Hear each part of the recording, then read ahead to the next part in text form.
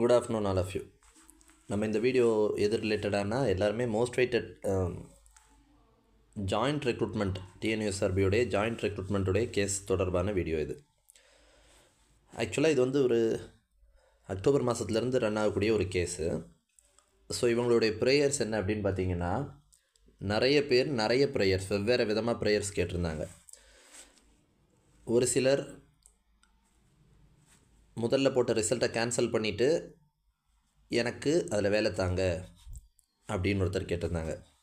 இன்னொருத்தர் முதல்ல போட்ட ரிசல்ட்டை மட்டும் செல்லாதுன்னு அறிவிங்க அப்படின்னு சொல்லிட்டு, முதல்ல போட்டதுன்னா தற்காலிகமாக இப்போ போட்ட ஃபைனல் ரிசல்ட்டை செல்லாதுன்னு அறிவிங்க அப்படின்னு இருந்தாங்க. இன்னும் சிலர் என்ன கேட்டிருந்தாங்க அப்படின்னு பார்த்தீங்கன்னா, முதல்ல விட்ட அதாவது ஜனவரி மாதத்தில் விட்ட ரிசல்ட் மாதிரி இதில் வந்து rotation ID, mark, communal details எதுவுமே இல்லை, சும்மா ஜஸ்ட் நம்பர்ஸ் மட்டும் இருக்குது அப்படின்னு சொல்லி இன்னும் கொஞ்சம் சில பேர் கேட்டிருந்தாங்க. ஸோ இந்த மாதிரி வெவ்வேறு ப்ரேயர்ஸில் முதல்ல ஒரு 28 பெட்டிஷன் ஃபைல் ஆச்சு. அதில் ரிட் பெட்டிஷன்ஸ் கொஞ்சமும் WMP பெட்டிஷனாகவும் கொஞ்சம் ஃபைல் ஆச்சு. அதோடைய நம்பர்ஸ் இதில் இருக்குது. ஸோ இதெல்லாம் நீங்கள் ஆன்லைனில் கோர்ட் வெப்சைட்லேயே எடுத்து ஆர்டர் எடுத்துக்கலாம். இந்த ஆர்டர் என்ன டேட்டுன்னு பார்த்தீங்கன்னா அக்டோபர் 28. ஸோ இப்போது இருதரப்பு வாதத்தையும் கேட்டதுக்கப்புறம் ஜஸ்டிஸ் திரு ஆனந்த் வெங்கடேஷ் சார் என்ன சொல்லியிருக்கிறாங்க அப்படின்னு பார்த்தீங்கன்னா, இந்த consider view of this court the grounds that have been raised in all the writ petitions can be properly appreciated. கொடுத்துருக்கக்கூடிய காரணங்கள் வந்து நியாயமான காரணங்களாக இருக்குது. ஸோ தற்காலிகமாக வெளியிடப்பட்ட ரிசல்ட் இப்போது நமக்கு, அதாவது கடைசியில் அக்டோபரில் ரிலீஸ் ஆன ரிசல்ட்டு என்ன ஃபார்மேட்டில் விடணுமா, 29/1/2024 விட்ட, அதாவது பழைய ரிசல்ட்டில் வந்த மாதிரி எல்லா டீட்டெயில்ஸும் முழுமையாக வெளியிடணும் அப்படின்னு சொல்லியிருக்கிறார். ஸோ அதில் எப்படி இருக்கணும் அப்படின்னா, நமக்கு அந்த முதல் ரிசல்ட் உங்களுக்கு தெரியும். ஜனவரி 29 வந்த ரிசல்ட்டில் சீரியல் நம்பர், ரொட்டேஷன் ஐடி, டேர்னு, enrolment number, name, community, gender, written mark, PT mark எல்லாமே போட்டு லைனாக இப்படி தான் வரும். உங்களுக்கு என்ன போஸ்ட் அலோகேட் ஆகிருக்கு, இல்லை நாட் செலக்டட் இந்த மாதிரி வரும். ஸோ அந்த பேட்டர்னில் வெளியிடுங்க அப்படின்னு சொல்லிட்டு எப்போ சொல்லியிருக்காரு, அக்டோபர் 28 அவர் சொல்லிட்டார்.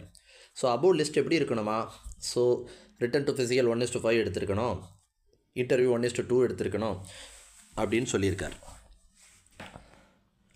ஸோ அப்படி இருக்கும் பட்சத்தில் இன்னொரு கேண்டிடேட்டுடைய ரிட் பெட்டிஷன் உமனுக்கு 30% ரிசர்வேஷன் பண்ணலை அப்படின்னு ஒரு சில கண்டிஷன்ஸ் இருக்குது. அதெல்லாம் இண்டிவிஜுவலாக நம்ம பார்த்துக்கலாம். இண்டிவிஜுவலாக அவங்களுடைய ஸ்பெசிஃபிக் இண்டிவிஜுவலுடைய கிரவுண்ட்ஸை தனியாக விசாரிச்சிக்கலாம் அப்படின்ற மாதிரி சொல்லியிருந்தாங்க.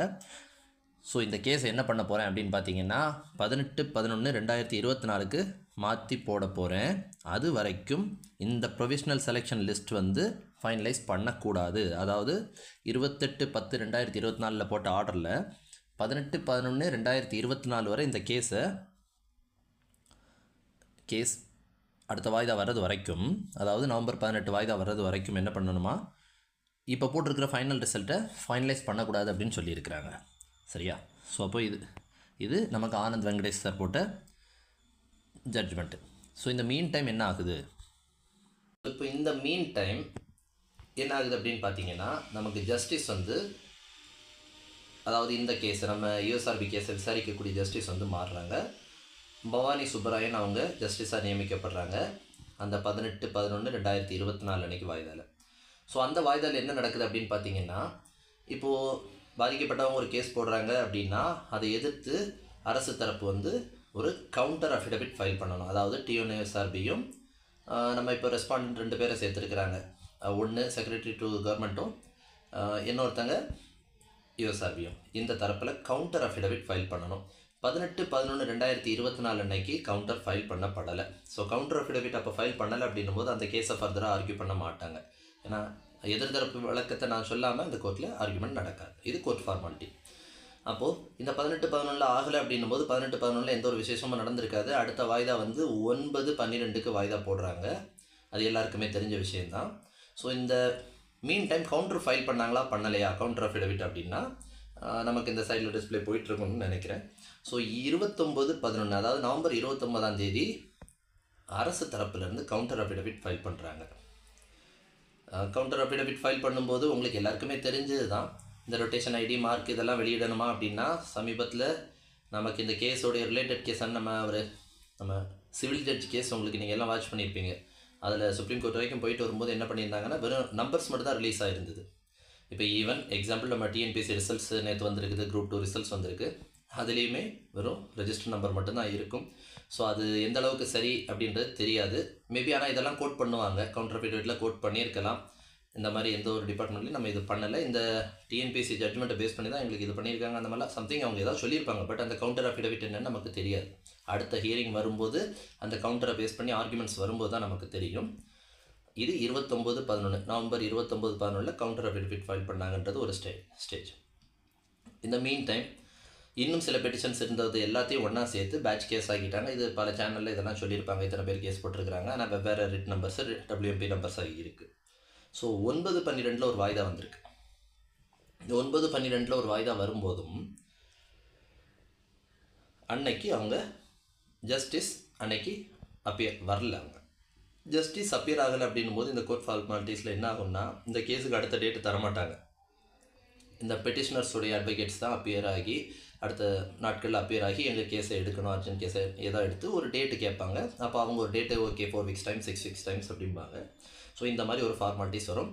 ஸோ ஜென்ரலாகவே இது ரொட்டீனாக 4 weeks டைமில் போகும்.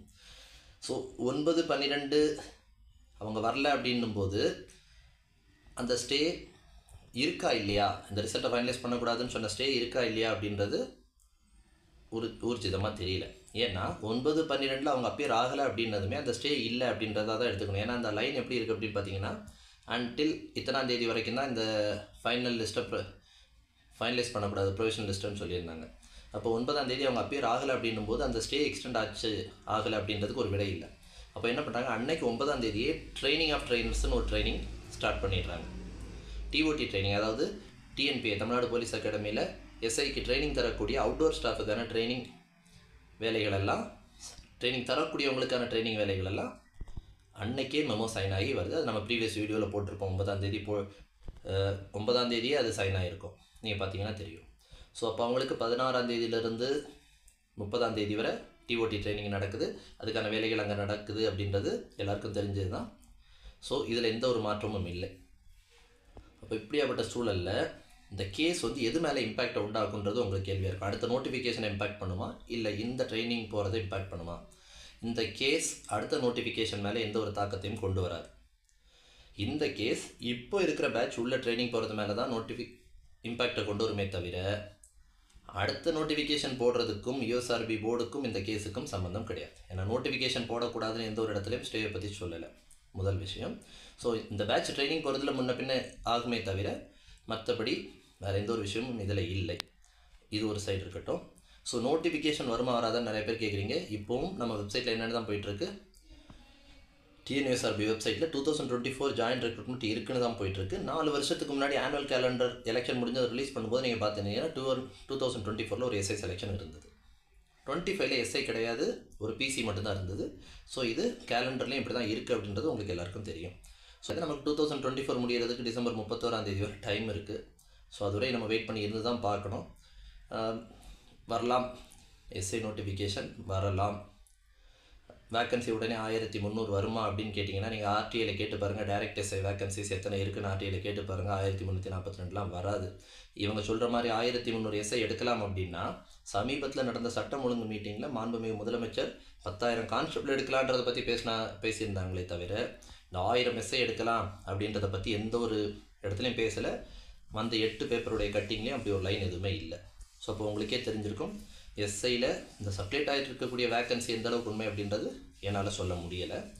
ஸோ PC 10,000 வர்றதுக்கான சான்சஸ் நிறையா இருக்குது. அது ஆஃப்டர் பட்ஜெட் மார்ச்சுக்கு அப்புறம் தான் அது தெரியும். பட் SI 2024 தான் இன்றைக்கி டேட் வரைக்கும் வெப்சைட்டில் இருக்குது. அதனால் நம்ம எதிர்பார்ப்போம். ஸோ ஃபர்தர் அப்டேட்ஸ் அடுத்த வாய்தா வந்தால் தான் நமக்கு தெரியும். இந்த கேஸ் எப்படி முடியும் அப்படின்றது நம்ம சொல்ல முடியாது. ஏன்னா இது நீதிமன்றத்தில் நிலுவையில் இருக்கக்கூடிய ஒரு விஷயம். இது ஆல்ரெடி போட்ட ஆர்டரை பேஸ் பண்ணி தான் நான் இப்போ உங்களுக்கு எக்ஸ்ப்ளனேஷன் கொடுக்குறேன். அடுத்த வாய்தா வரும்போது ஃபர்தர் அப்டேட் போடுறேன். தேங்க்யூ.